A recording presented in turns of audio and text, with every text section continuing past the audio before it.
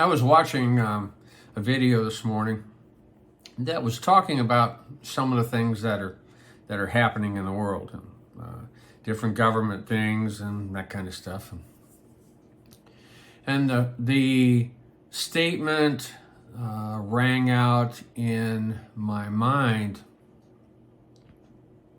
does Jesus know? And I got to pondering about that. I thought about Jesus' statement concerning his yoke and things like that. And I want to just I may step on a few toes in the process of talking about this. My intention is not to do that. My intention is to just state a few things that I am noticing and see if any of those things that I say catch your attention. In Matthew, the 11th chapter, verse 27, just before it enters into Jesus' statement about taking on his yoke, it says, "All things are delivered unto me by my Father. No man knoweth the Son but the Father, neither knoweth any man the Father save the Son, and he to whomsoever the Son will reveal him." That's a pretty key statement. That means that you can't know the Father without Jesus opening up your understanding and allowing you to know him. Because the only one that knows the Father is the Son, and the only one that can know the Father is if the Son allows him to understand and to know him. That's a pretty unique statement. I don't know that we have the kind of understanding that maybe we should concerning that. But in verse 28 it says, because this is immediately after he says this, he says, "Come unto me, all ye that labor and are heavy laden, and I will give you rest." Now, we kind of think that that's before we're saved. And there's truth to that. I'm not negating that at all. But it also could be a statement that is a constant. Whenever you begin to understand that you don't grasp what's going on, or that you are in a place that doesn't promote the kind of peace and relationship with Jesus that you think you should be having, you probably are laboring and are heavy laden. So Jesus said the answer to that is to come to him. Now keep in mind what we were just talking about. Come to him because you can't get to the Father except through him and by him. So in order to negate this statement, we've kind of made the Father and the Son the same, and there's no real difference, even though Jesus specifically said the Father is greater than I. So take my yoke upon you and learn of me. We think that's, pursue the scriptures and memorize as much as you can and kind of get a few Christian techniques down. But the word know and learn of me are two different things. Learn gives you the ability to grab a hold of something, and knowing is when you actually grab a hold of it. Take my yoke upon you. So now we're yoked to the King. And learn of me, for I am meek and lowly in heart. I have heard a lot of people kind of talking about what's going on, with the dimming thing and weather manipulation and governments and the things that they're trying to do. And every time I ponder long enough, in a couple of moments in that, I realize that Jesus already knows all of that. He's the one that has allowed or is allowing it to come to pass. So the orchestrator of it is someone that we are commanded by Jesus to get to know, and yet we don't take the time to really get to know him. So it says, for I am meek and lowly in heart. Don't ever remember him saying, the Romans did this and they're doing this, and we need to keep an eye on that and make sure that that doesn't happen, or that we're aware of it so that we don't fall into a trap, or we understand it and we can let's raise up some more disciples and see if we can come against it. He said, no. He said, learn of me, for I am meek and lowly in heart. Meaning that he is in a place in which he can receive from the Father anything that the Father has to say. He can hear everything that the Father is speaking. He knows the heart of the Father, and he knows who's absolutely in control. And ye shall find rest unto your souls.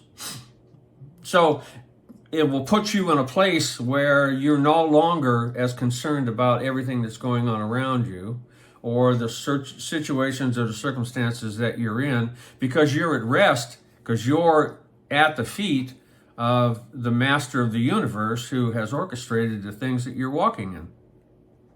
And we don't kind of like that either, because that means we don't have any real control over the situation. That somehow God can't love us that much that he would orchestrate things that would allow us to come to him in the way that he wishes us to come to him, to understand him in the way that he wishes us to understand him.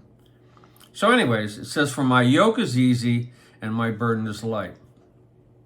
So when we come to a place where we are in a relationship with the Lord in line with what he is asking us to do, his yoke is easy and his burden is light. It does not say that you will not have suffering. It does not say that you will not be put in situations that allow your will to be exercised against the Lord's or not. It does not say that you will not have trials and circumstances.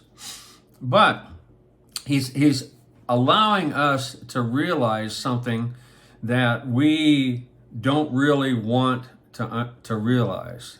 And that is that everything that is happening around us and with us is directly orchestrated, directly being put before us by the God who spoke the universe into existence. The one who chose you. You didn't choose him, according to the scriptures.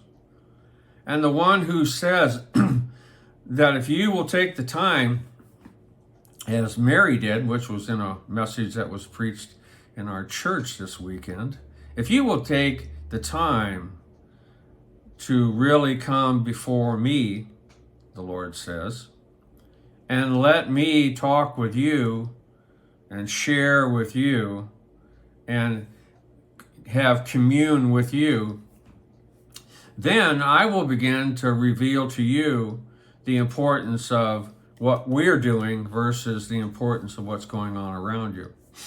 Now, it doesn't mean you have to give up all of your activities and everything that you're doing. I'm not saying that. I'm saying that the Lord is calling us to a place of communion, prayer, interaction with him that is much more than we've ever had before, and most of us do not take anywhere near the amount of effort to enter into that relationship or to enter into that place.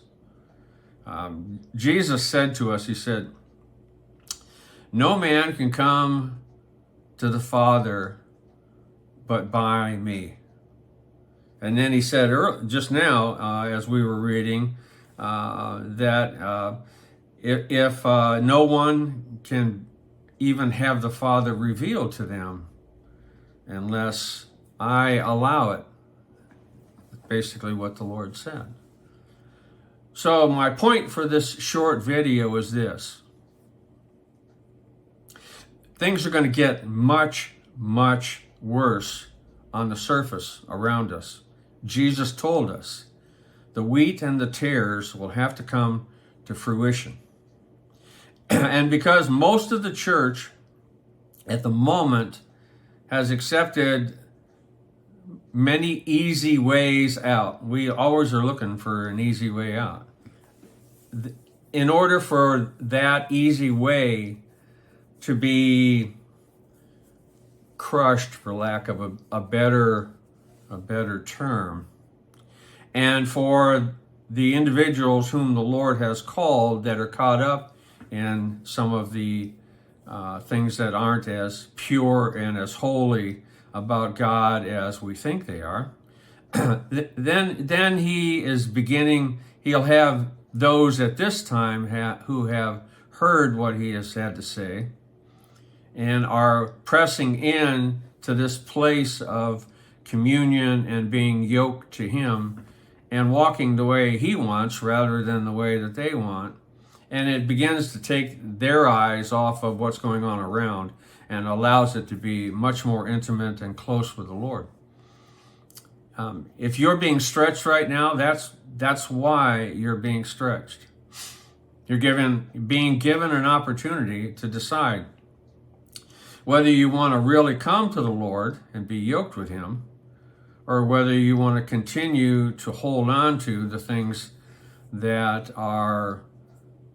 taste good or that feel good or that are a way of escape without having to endure the same thing that the saints of old have had to endure and the saints in many countries have to endure, even up to losing their lives. So I want to encourage you. It's not that if this moment you have been walking one way and now all of a sudden you see that you should be doing something differently. It's like, come. He's saying that to everyone, no matter where you're at. If you're heavy laden and you are laboring, I pray that you pray, whether that is really true or not, and you do it in a place where you have an opportunity to sit down and find out from the Lord whether it's really true or not.